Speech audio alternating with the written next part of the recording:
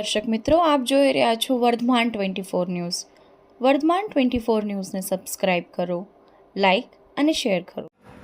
લખતર ભેરોપરામાં મહિલાને રાત્રિના સર્પ દ્વારા દંશ મારતા સુરેન્દ્રનગર ટીબી હોસ્પિટલ દાખલ કરાઈ. દંશ મારનાર સર્પને વાઇલ્ડ લાઇફ મેમ્બર દ્વારા રેસ્ક્યુ કરી ખુલ્લા વાતાવરણમાં છોડી મુકાયો. લખતર ભેરોપરામાં રહેતી મહિલાને રાત્રિના સમયે સર્પ દ્વારા દહીં ઇંગ્લિશમાં બાઇટ કહે છે દંશ મારતા તેને અસર થઈ હતી. આથી તેને સુરેન્દ્રનગર ટીબી હોસ્પિટલમાં દાખલ કરવામાં આવી હતી. આ બાબતનું જાણ વાઇલ્ડ લાઇફ મેમ્બર અને રેસ્ક્યુઅર મુનાભાઈ કાંચીને થતાં તેઓ તુરંત રાત્રિના સમયે ટીબી હોસ્પિટલ પહોંચી ગયા હતા. ત્યારે તેમણે લખતર વાઇલ્ડ લાઇફ મેમ્બર વિજય જોશીને જાણ કરી સર્પને ગોતી કઈ જાતિનો છે તેની તપાસ કરવામાં કહ્યું હતું.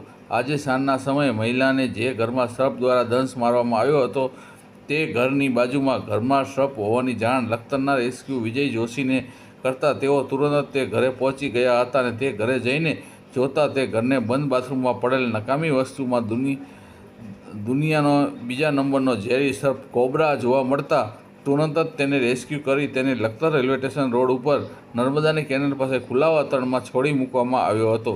રિપોર્ટર વિજય જોશી, લખતર, વર્ધમાન ન્યૂઝ.